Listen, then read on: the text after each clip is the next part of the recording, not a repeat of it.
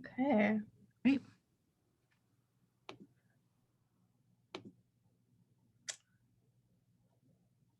All right.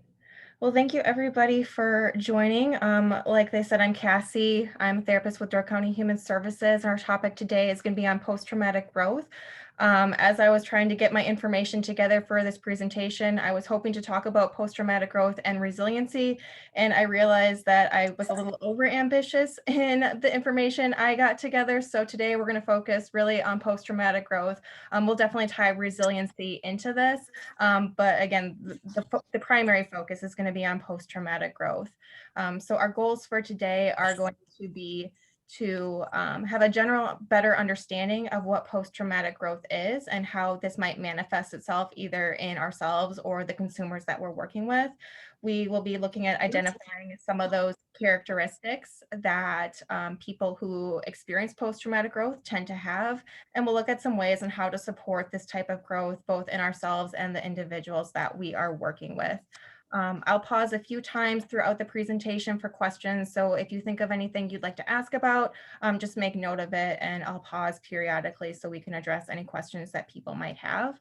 I also didn't include any discussion or reflection type questions for today. So as we're going through this presentation, just feel free to just kind of be aware of what comes up for you as we go through this. Maybe some certain experiences that you've been through or people that you know have been through will be coming up. So as that happens for you, just kind of welcome it, take note of it, and just kind of see how that's applying and reflecting on what we're talking about throughout today. And like I said, today's topic is going to be very informational. I don't pretend to be an expert on this topic. I'll be referring to the experts as we go throughout today. But again, today is just going to be very informational for us. So we'll just kind of dive in and set the foundation of what is post-traumatic growth. So post-traumatic growth, by definition, is the ability to create positive psychological change as a result of a struggle with a highly challenging life experience. More simply put, this is finding meaning in our misery. This is finding a way for our suffering not to be in vain. This can occur in response to pretty much any sort of trauma or adverse experience. A person doesn't necessarily have to be traumatized in order to experience traumatic growth. Again, there just needs to be significant enough that there's a struggle that they have to heal from. So anything really kind of falls into this domain. It can be as a result of a loss, whether that's the death of a parent, spouse, or child or friend. It could be the loss of a relationship, loss of a job, loss of a home. It could be in response to any sort of chronic diagnosis or disability, whether that's medical, mental health, cognitive. It could be in response to a terminal medical problem or crisis, such as cancer or a heart attack. It could be in response to an act of violence. So to sexual assault or physical assault. It could be in response to combat. It could be a result of experiencing a natural disaster. Pretty much any sort of adverse experience has the potential for us to grow from that. One of the most popular examples that come to mind when we think of post-traumatic growth is going to be Viktor Frankl's book, Man's Search for Meaning, which I'm sure a lot of you are familiar with. This accounts his experience going through the Holocaust and the trauma and adversity he faced through in the concentration camps, and being able to use that experience to really guide him and propel him forward in life. But there's plenty of examples of post-traumatic growth outside of Viktor Frankl's work. In terms of resiliency and how that relates to post-traumatic growth. So resiliency refers to our ability to leap back after we've been exposed to some sort of trauma or adversity. This word was originally developed to refer to kind of our scientific studies. So when an object is under stress, its ability to maintain its form or its ability to revert back to its original form once the stress is removed. So we've applied that same definition to our psychological functioning. So when we endure stress or when stress is put on us, to what ability are we able to cope with that, or to what ability are we able to kind of return back to our pre-crisis level of functioning. So the main difference between post-traumatic growth and resiliency is our ability to maintain, and post-traumatic growth is our ability to take that suffering and kind of go above and beyond that and thrive. A little bit of history about post-traumatic growth and kind of how we know what we know about this topic. In terms of research, this really hadn't been a focus up until about the mid 1990s. Up until that point, a lot of the focus had been on understanding how people respond to trauma and helping people cope more effectively. So the research on understanding how and why people can have a positive response to adversity wasn't really studied until about 1995, 1996. Um, Despite that, we've kind of known that post-traumatic growth is a thing for hundreds of years. It's been very extensively referenced. We see this in our religious texts, religious figures going through pretty significant trauma and adversity and using that to give new meaning to their life. We see this in some of the literary works that we enjoy reading. We see this in the films and the shows that we enjoy watching. Pretty much anything that has an underdog premise to it is going to reference post-traumatic growth. And the music that we enjoy listen to often references in a very poetic way that how suffering can become this thing that we grow from. And again, this is the growth really doesn't come necessarily from the trauma itself. It's what comes as a result of that healing process. So in terms of the research that was done on this, Richard Tedeschi and Lawrence Calhoun are the two leading researchers on this topic. You'll see their names at the bottom of the screen that I reference them quite a bit throughout today.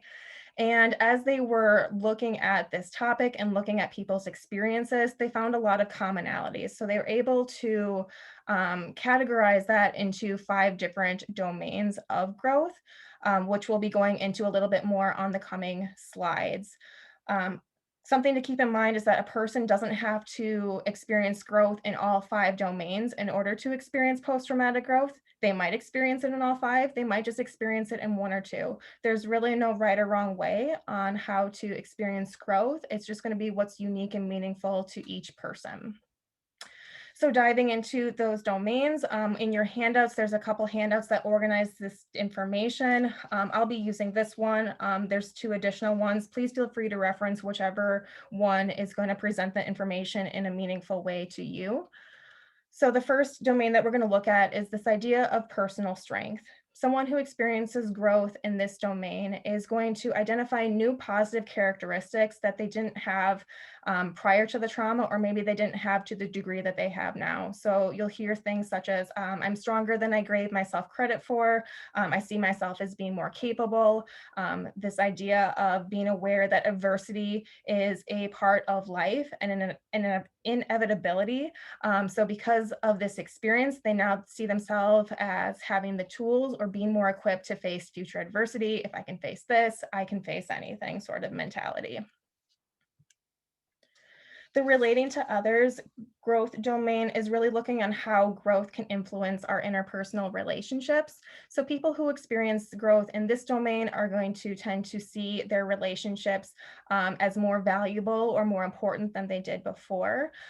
We might see people as being more motivated to set boundaries, maybe wanting to remove toxic or negative relationships from their life. They might express that they have a better idea of who their friends are, of who's going to stand by them when things get tough. And they're more likely to reach out to their social supports in the future when they face adversity as well. This can also go just beyond the relationships with people that they know and a general empathy towards other people. So an idea that because of my experience, I now know what true pain and suffering feels like. I'm more empathetic and compassionate to other humans suffering and other people's grief as well. The domain of of new possibilities is looking at really a shift in goals. Because I went through what I did, I now have a better idea of what's really important to me in life. The things that were important to me before are no longer important to me now. Maybe I see life as maybe more limited, so I want to make the most of it. I have a bucket list of things I want to get through, so I really want to live my life to the fullest. And we can also see this with people who experience a loss of a body functioning, such as loss of a limb or paralysis, where maybe their previous goals are no longer achievable or attainable in their eyes. This ability to not just identify new goals, but to be passionate and excited about the new goals that they have for themselves as well. The fourth domain is looking at spiritual and existential growth. Originally, this was just spiritual growth, but they've recently included this existential element to it because not everybody who experiences spiritual growth does so in a religious context, and we tend to lump spirituality and religiosity together. So, including existential really shows how, or really kind of emphasizes how people can experience spiritual growth in a non religious way. So, again, somebody might experience growth in a very religious way, such as I have a deeper faith, I have a more meaningful relationship with my higher power, I now believe in a higher power. But this can also relate to kind of their ability to look at some of these existential life questions. And these existential life questions are much more pertinent and meaningful to them now as a result of the struggle that they had to endure. So, looking at questions such as what is the meaning of life? What is my purpose in life? To what extent are all humans connected? What does my mortality mean to me? Those are going to be the questions that they're going to be more open to looking at and are going to be more valuable to them because of their experience.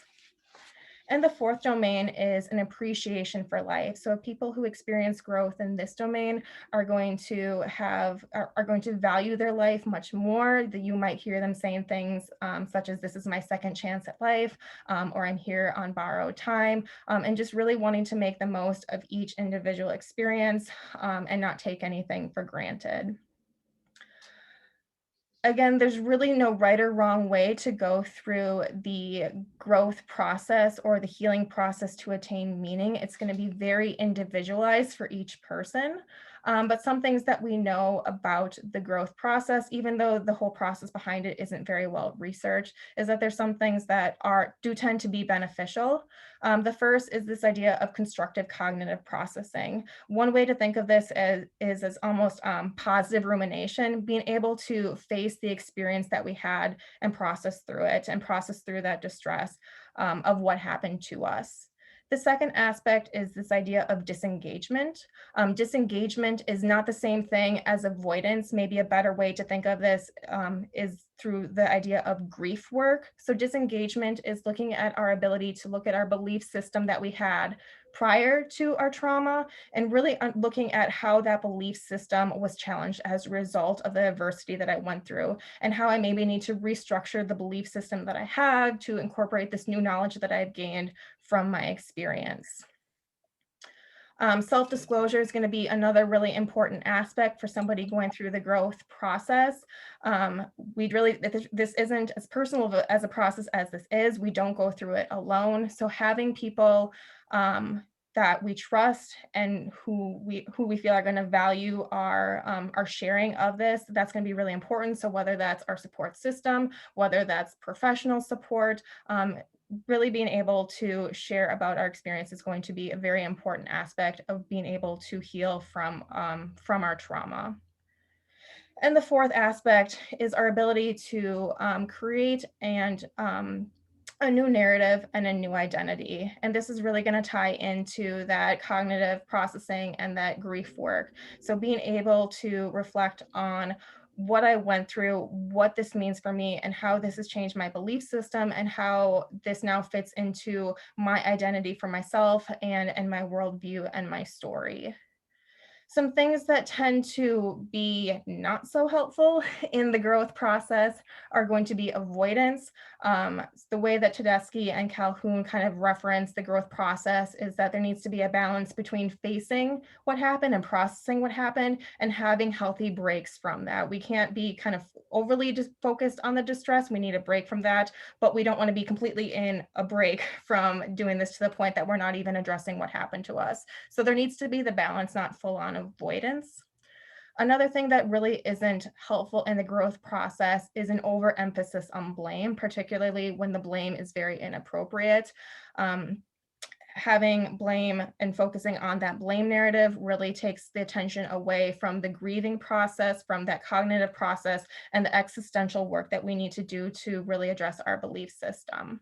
And again, blame doesn't necessarily, I'm not saying that people who are perpetrating harm to us shouldn't be held accountable. Again, this is when the blame is the sole focus and everything else goes to the wayside, where that can really inhibit our ability to grow as a result of our experiences. And just a couple things too that I want to emphasize regarding post-traumatic growth is that post-traumatic growth refers to both the process of healing and meaning making and the outcome that we get from it. It's both the journey and the destination, process, outcome, however you want to remember it. Post-traumatic growth refers to both aspects of that. Another aspect to remember is that it's not linear. If we've all experienced adversity in some way. We know that every day is not necessarily going to feel better than the day before. Sometimes we have good days. Sometimes it feels like one step forward, 20 steps back. So it's not always going to feel like positive movement. However, the overall process is going to be one of positive growth. And when we get to that outcome or we get to that destination where we found meaning, that we're going to be at a point of stability and the results that we get are going to be largely stable. Another really important aspect is that when we face adversity, our first response is going to be to survive, not to grow from it. Nobody is standing outside their house burning down thinking, wow, now I really value, the real things in life and not the material things. Nobody's sitting in a hospital receiving a SANE exam thinking, wow, I've gained so much and learned so much about myself as a result of this sexual assault. No, our first response in any sort of adversity is just to get through it. And that's going to be our priority. We can't grow until we kind of process through that and we're in a point of stability. We really need to be at a point where we're not in a constant state of threat from our experience. Another thing is that post-traumatic growth and PTSD are not mutually exclusive. They can occur simultaneously. We don't need to be, quote, cured of PTSD. We don't need to be symptom-free of PTSD in order to gain growth. Again, kind of relating back to that previous bullet point, we just need to be at a point where we're no longer in a constant state of threat, that we're able to process through that. We want to have some stability there in our life. And this one probably goes without saying, but I'm going to say it anyway. Just because we've gained something positive as a result of adversity does not take away from the pain of that experience. Again, this post-traumatic growth is really referencing our ability to find meaning in that pain, or to make sure, or to feel like our suffering was not in vain. But it does not take away the pain or the distress or the misery that we had to go through to get to that point. And typically what we hear from people who've experienced post-traumatic growth is that there's a gratitude or appreciation for what's gained, not necessarily for the event itself. You typically aren't going to hear people say, although every once in a while you might, but you're typically not going to hear people say, I'm so glad I got cancer. I'm so glad I was sexually assaulted. I'm so glad my home burned down. You're typically going to hear it phrased more in the sense of, if it hadn't been for X experience, if it hadn't been for, the sexual assault, for the terminal diagnosis, for, losing my possessions, I wouldn't have gained X, Y, or Z from it. I wouldn't have gained a better understanding of what's truly important for my life. I wouldn't have appreciated my life. I wouldn't have realized how strong I am. So if it hadn't been for X, I wouldn't have gained X, Y, or Z. And if we're curious about measuring post-traumatic growth, there's a couple assessment tools out there that we can use. One is the stress-related growth scale. The second is the post-traumatic growth inventory. I've included the link for that one on here. That was the one that was developed by Tedeschi and Calhoun, the researchers on this topic. It's a pretty simple 21-item inventory where individuals will rate themselves on a scale of 0 to 5. for each item on that, 0 being no, I did not experience this as a result of my crisis, 5 being I experienced this to a great extent. So we're able to score that cumulatively and look at lower scores indicating lower to or minimal to no post-traumatic growth, where higher scores would indicate a greater deal of post-traumatic growth.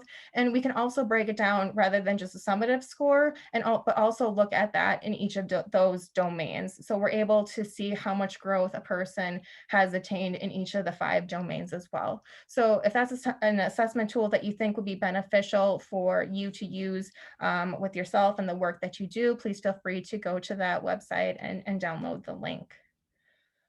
Before I go on to some of the factors for people who are more likely to experience post-traumatic growth, are there any questions that people have about post-traumatic growth in general, about the domains? Please feel free to unmute yourself if there's something you would like to ask before we move on.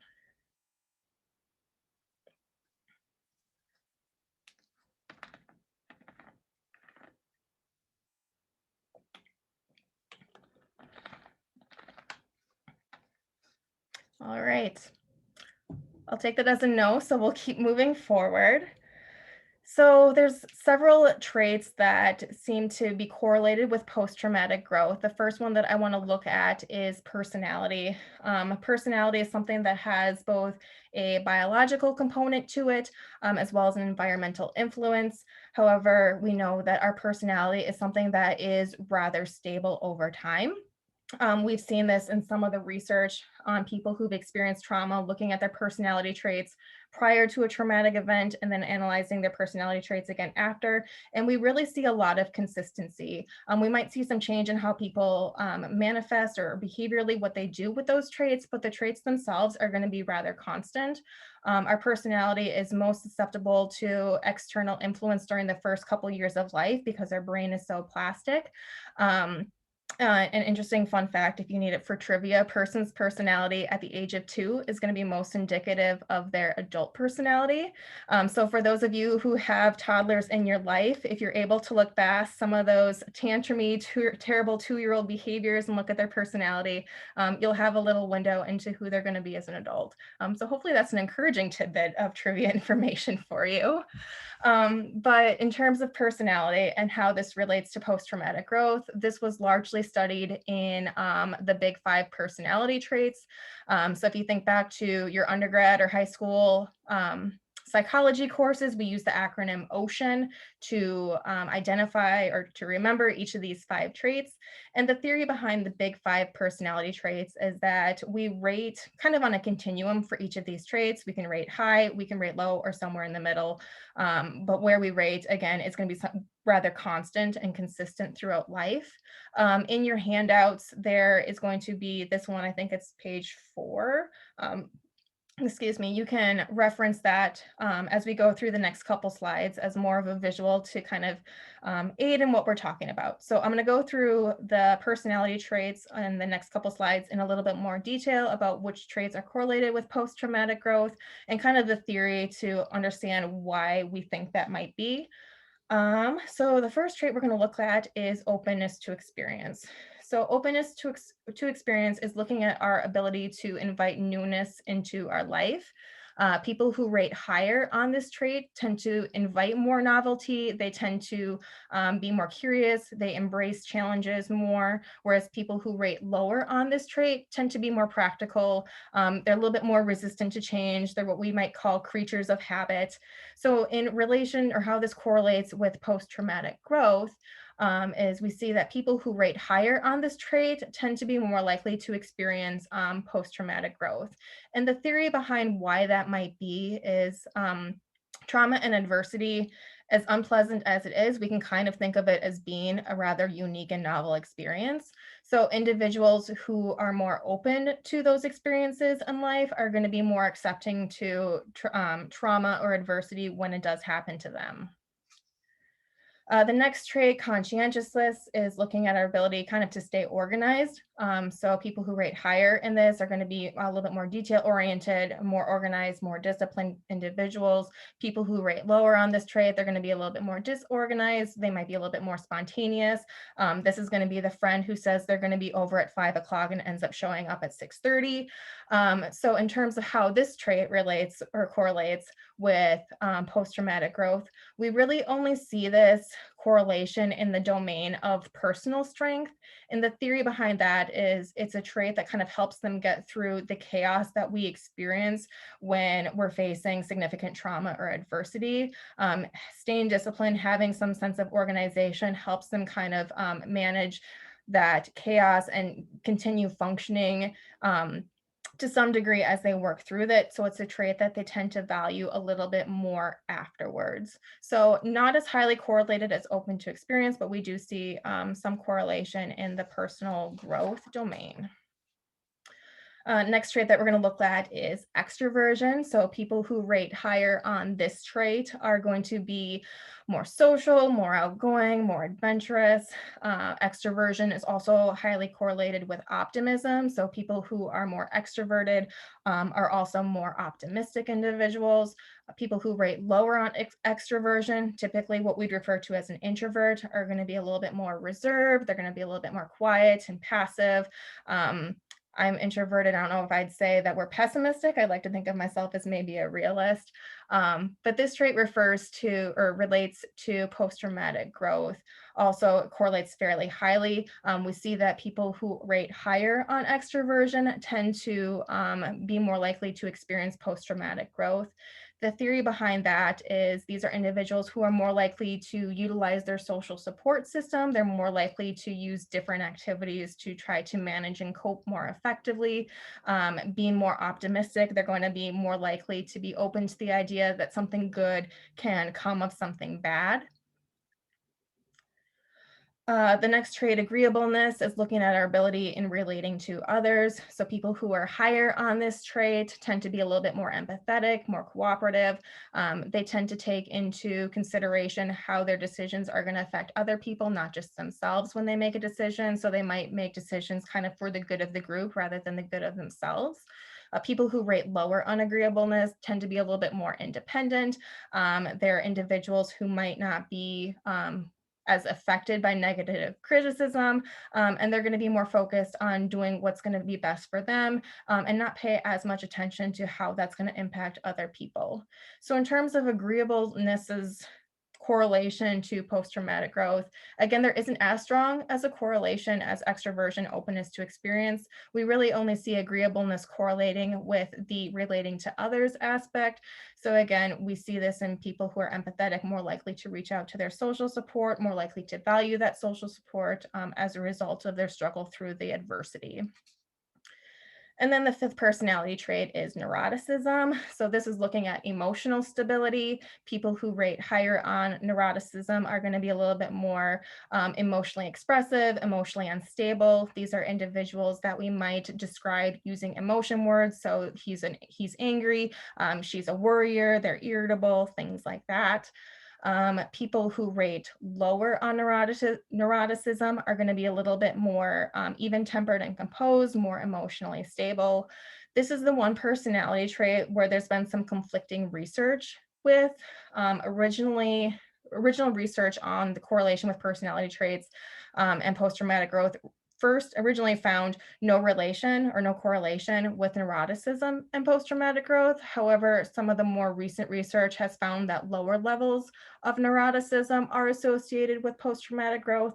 And the theory behind that is that somebody who's able to manage their emotions more effectively and maintain more emotional stability will be able to do some of that cognitive processing and not let their emotions get in the way.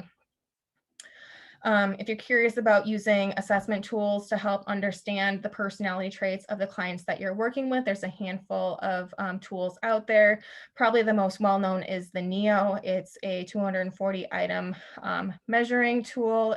You do have to pay for it. So not all of us have money, or maybe clients who have the time to answer 240 questions, and maybe we don't have the patience to score that. So if you're looking for something a little more time sensitive, I would recommend the 10 item personality inventory. This is something that I used in my undergraduate research. As the name implies, it's only 10 items. The validity and reliability is right on par with the NEO. So in terms of being able to feel confident in the results you get, this is going to be a good tool to use. So I've included the link on the slide. If this is something that you would like to utilize in your work, this could definitely be beneficial in helping understand your client's approach to life, and maybe using the personality traits that are correlated with post-traumatic growth to help their own growth. And it can also be helpful for your clients to understand their own approach to life and kind of understanding why they are the way that they are. Other factors that we see correlated with post-traumatic growth are going to be gender. Women are much more likely to experience post-traumatic growth as opposed to men. We see this in all of the 5 domains. However, we do see a much higher relation with the relating to others and the spiritual growth. However, women still experience post-traumatic growth higher than men on all 5 aspects. The theory behind this is that for women, it's much more socially acceptable to ask for help, to ask for support in getting through adversity. Whereas for men, there's much more of a stigma with that. There's the message of needing to, quote, man up, hold themselves up by their own bootstraps. So men are going to be a little less likely than women to utilize extra support to navigate through and heal from adversity. We also see a correlation with age. We see that adults are much more likely to experience post-traumatic growth compared to children. The reason behind this is that, and granted, there's not a whole lot of research on post-traumatic growth in children, but the theory behind this is that there's a certain level of cognitive functioning that a person needs to be able to attain in order to navigate that. Again, this isn't to say that children aren't resilient, because we absolutely know that they are. However, their belief schemas about the world are rather underdeveloped. Their ability to cognitively process and address existentially some of the belief systems that are challenged in going through the that cognitive process and the disengagement or the grief work process, they just developmentally aren't at this stage. So this isn't to say that children aren't capable of attaining post-traumatic growth. They just might not get to that point until they are in adulthood and have that cognitive capacity. We also see a correlation with religiosity. People who have a faith affiliation tend to report post-traumatic growth experiences more frequently than people who don't have a faith affiliation. And again, the theory behind this is that individuals are really going to rely on their faith to both heal and to find meaning from that experience. Social support is another big factor in aiding somebody with their healing journey and finding meaning in it. Not necessarily having more support, but feeling more satisfaction with their support. So feeling that their support is reliable, feeling that their support is going to be safe people to go to. It's going to be a really good and important indicator in helping somebody navigate through their growth and healing journey. And another aspect is seeing other people successfully overcome adversity, whether this is somebody that we know personally, such as a parent, a friend, a spouse, or even if it's someone like a celebrity or a public figure that we admire. When we are able to see other people successfully overcome adversity, it really helps model to us or give us a script for how to face adversity when we encounter it. And it also helps plant the seed, especially if we see some semblance of post-traumatic growth in those people, that being able to get something positive out of something bad is something that I might be able to achieve as well. A few other things that are correlated with post-traumatic growth that I wanted to also touch on is this idea of how does time relate with post-traumatic growth? So does the amount of time since a trauma happened before I start processing it impact my ability to attain growth? And the answer to that is really not really. There doesn't really seem to be any research to substantiate that. So if a person starts processing their trauma immediately after it happens, if they start processing it years or decades later, um, either one, there really seems to be no difference between the two and their ability to obtain growth from the trauma. Does the amount of time spent processing a trauma seem to impact a person's ability to obtain growth? And this one we do see a little bit of a connection. We don't want to go through the growth process too quickly. We don't want to go through it too long. If we go through the growth process or that healing process too fast, we might miss out on some of the important questions that need to be addressed, some of the important meaning making we need to explore. And people that tend to spend really long periods of time um, trying to process through this really seem to struggle with being able to cope with, being able to find meaning. So the amount of growth that they might gain isn't going to be as much. Or I guess a better way of saying that is the longer that the process takes, the less growth a person is likely to obtain. So there kind of seems to be a sweet spot in between the two, but there's no really, I guess, time identified for what that might be. It's going to be kind of individual to the person. Does the amount of distress, trauma results in, does that seem to impact a person's ability to obtain post-traumatic growth? And the answer to that one is to a certain extent, yes. We do see in the research that people who report higher levels of initial distress as a result of a trauma tend to then report down the road higher levels of post-traumatic growth. However, the thing here that we want to keep in mind is that we want to be able to reduce that level of distress. Somebody who's at a chronically high level of distress, that's really going to impede their ability to cognitively process. So yes, initial levels of high distress is going to be correlated with growth, but we want to be able to bring that level of distress down to a manageable level. And does the type of trauma impact our ability to grow from it? Doesn't matter if this was a one-time thing or an ongoing thing. And the answer to that is, I guess, very simply, no. Any trauma, regardless of what the nature of it was, doesn't seem to impact a person's ability to obtain growth. It seems to be pretty even across the board there. And in terms of how long are we going to see the effects of post-traumatic growth, or what is the longevity of post-traumatic growth? Really, once it's obtained, the results that we get or the meaning that we make from that is going to be rather stable. We see this relating to resiliency, is that individuals who have obtained post-traumatic growth tend to then be more resilient in the future. We do see occasionally regression from post-traumatic growth, and there's a couple theories about why this might be, although this isn't super well researched. One of the theories is that for somebody who sees regression, they might have jumped to that meaning-making piece before their trauma or before that struggle was fully processed. So kind of relating back to the previous slide, they went through the process too quickly. They didn't really have a chance to address some of those important questions that needed to be addressed. So now that, X amount of time has passed and maybe they're looking at the trauma again, the meaning making that they found is no longer fitting into the belief systems that they're challenging. So we might see some regression for somebody who maybe experienced this aspect of it. And another theory behind why we might see regression is if there was an over reliance on some of these external factors. So maybe my support system was a huge part of the narrative that I created. And now that I'm losing my support system and I haven't created or haven't incorporated some of those intrinsic factors into my narrative, now I'm starting to see some loss. But again, not to say that losing support system is going to mean lack of post-traumatic growth for everybody. This is just when kind of there's an overemphasis on external factors rather than some of the intrinsic factors.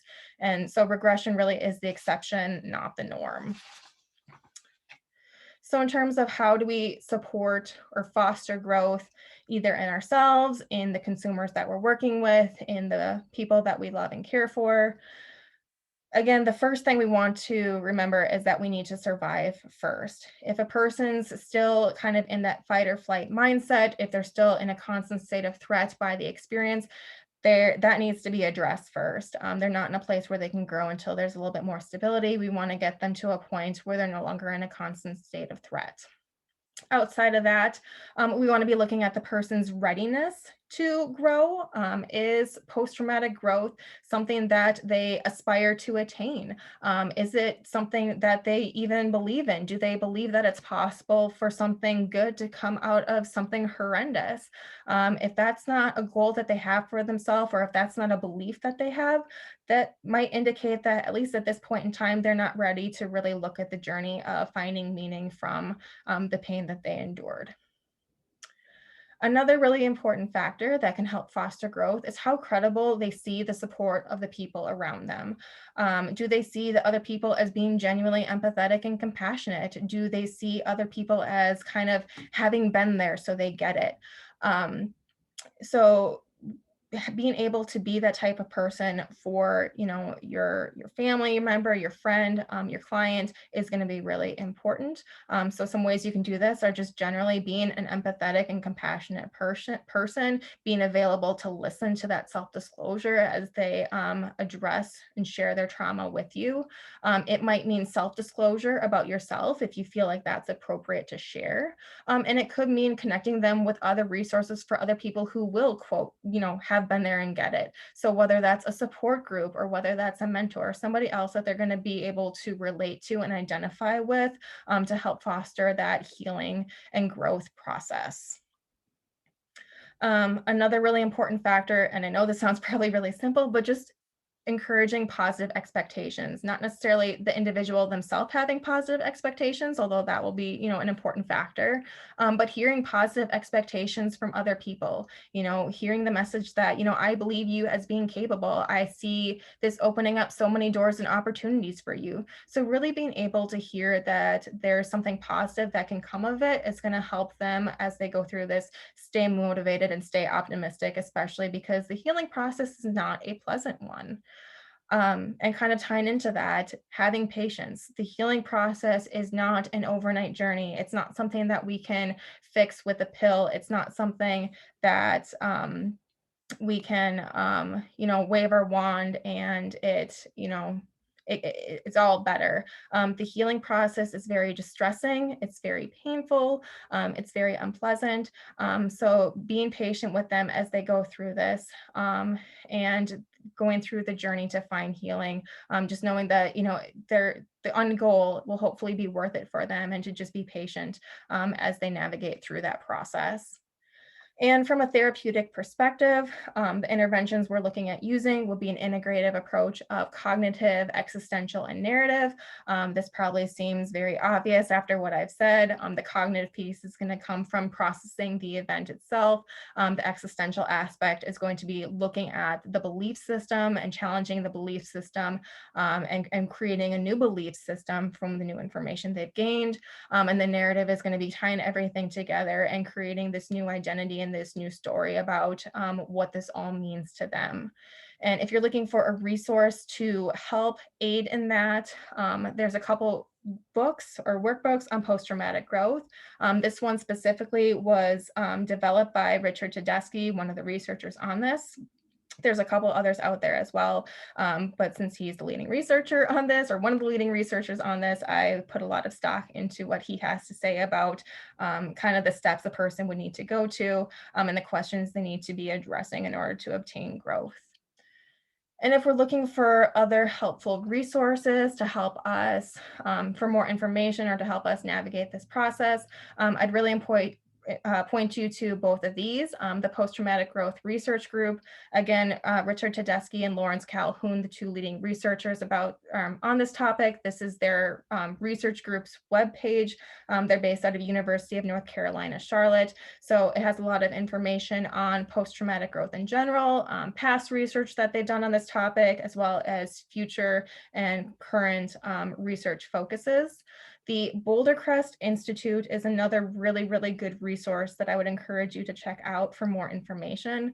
The Boulder Crest Institute is an 18-month program in Colorado, rather recently developed, and it's a program for combat veterans to not just heal from their trauma, but to gain meaning from it. So the website has a lot of really good information about post-traumatic growth, about how their program is structured, and there's a link for resources for other professionals. And one of the things they have on that page is upcoming training opportunities later this year. They're looking at deeper training on post-traumatic growth and certification. So if that's something that you are interested in, I would definitely encourage you to check out the Boulder Crest webpage for that.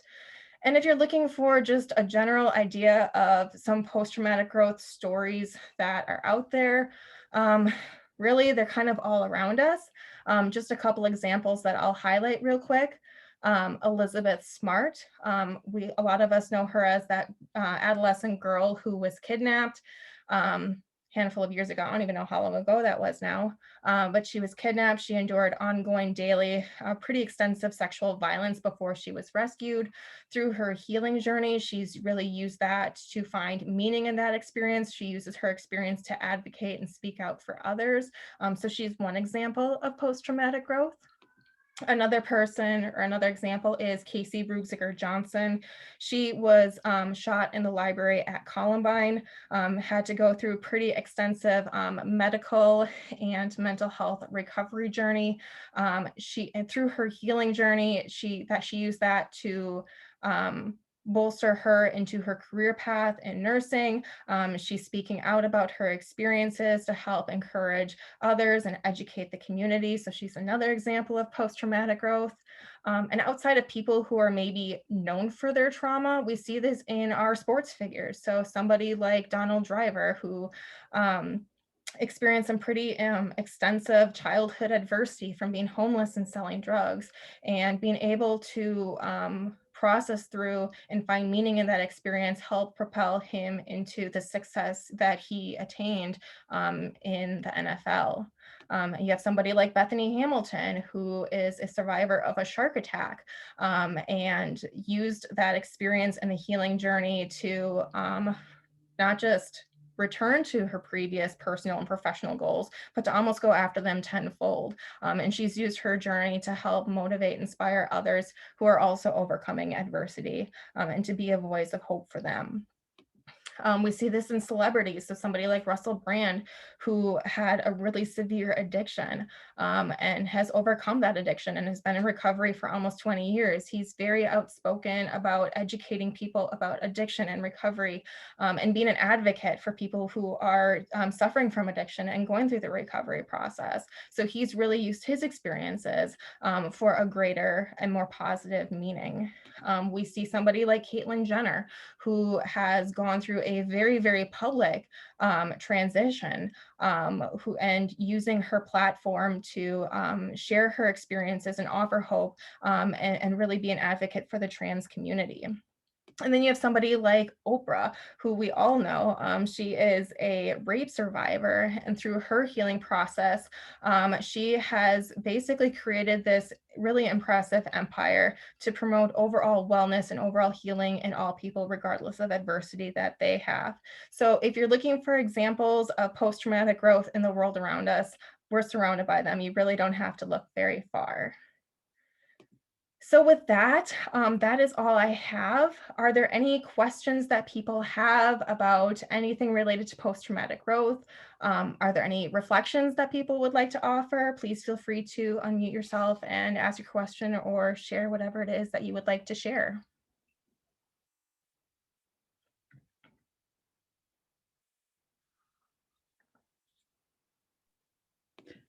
I'll just say, Cassie, that this was a really informative presentation and really nice to focus on positive aspects of trauma-informed care. Sometimes we don't dwell so much on the adversity itself. We don't focus as much on the recovery from that and the growth opportunities. So thank you. I really appreciated it. A lot of what you said really resonated with me personally, and I'm sure it did with a lot of other people too. Thank you.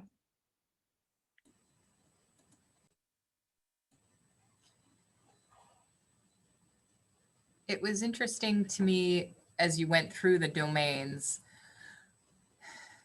and it's post-traumatic growth, but you see so much just general growth that we all go through. Or when you mentioned about ages, I mean, how children learn from some things, just trauma aside, you have to learn to get through those bad experiences that we all have that might not be exactly traumatic, but negative experiences in our life, just part of the growth process. So there's good parallels there. So it made it more understandable. Thank you.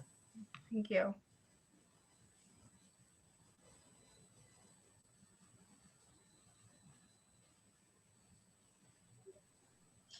Cassie, did they talk about maybe I missed it, like group experiences that people may have had together? It just kind of reminds me of that sense of like universality, like that, if one person goes through this, then I can, experience the healing too. And I guess that gets into like the personality stuff a little bit too. But I was just wondering if they had anything specific on it. There was, and I can send you some of the links to the articles too, but there was one article that kind of referenced when the trauma is experienced in a collective basis and how being able to relate with others and kind of use that shared experience as an opportunity for growth. Another aspect that I don't think I included today was the idea of leadership. So when we see other people as being helpful in guiding us, so whether that's a coach or a clergy member or an elder of some sort, having somebody that we see in a leadership role to guide us through it is also helpful in being able to attain growth from something. I think that's really an important point, especially right now when I think we're all going through this collective trauma of COVID and some of the other events in our society right now. Looking for those examples of post-traumatic growth, I think, is helpful for all of us.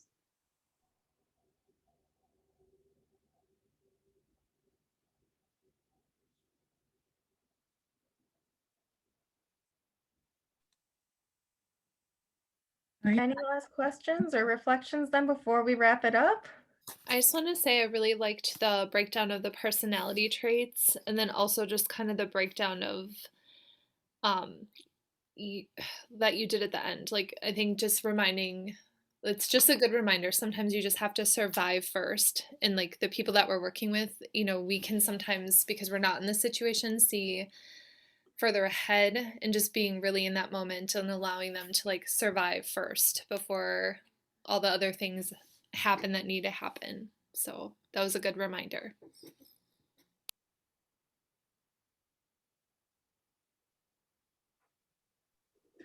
Lots of positive comments in the chat, Cassie.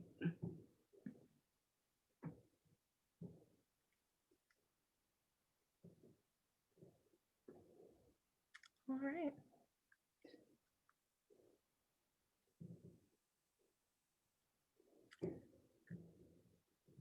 Well, if there are no more questions, I'll just let you know that our next Lunch and Learn is scheduled for February 22nd, same time at noon. We don't have the topic pinned down just yet, but we'll keep you posted as that becomes clear to us. And again, if anybody has ideas of things that you'd like a presentation on, please let us know. Rebecca was booted off the internet for a while. I'm glad to see she's back on. Is there any closing comment you wanted to make, Rebecca? No, I just want to again thank Cassie for a great presentation. I didn't miss too much of it, just a couple minutes. Sometimes our internet decides to go down here in the building for a couple minutes randomly. But yeah, thank you very much, and be on the lookout for the sign up for the next Lunch and Learn. And I did have one person that I apologize, I'm not exactly sure where they are from. Is Caitlin Greeley still on here? Or does anybody know her affiliation? I don't have an email address and I want to make sure I can get her the next invite. She might not be on here anymore. No, okay, well, that's a mystery. Oh, she's with Family Services Sexual Assault Center, Shelby says. Oh, perfect. Thank you, Shelby. I wanted to let folks know that Rebecca and I have been given an opportunity to present to the United Way up in Marinette, Oconto, and Menominee, Michigan counties. They heard what we're doing in our community around trauma-informed care, and the Lunch and Learns is a big part of that. So they want to learn more about what we've been doing in our community. So kind of exciting that other people are kind of watching. Mhm. All right, well, we're just about at 1 o'clock. So if nobody has any other questions or comments, we'll wrap up and we'll see you all next time. Have a good week, everyone. Corey, can you say the you. date of the next one again, please? February 2nd. It's always the fourth Monday. It's February 22nd. All right, thank you. Thanks, everyone. Bye.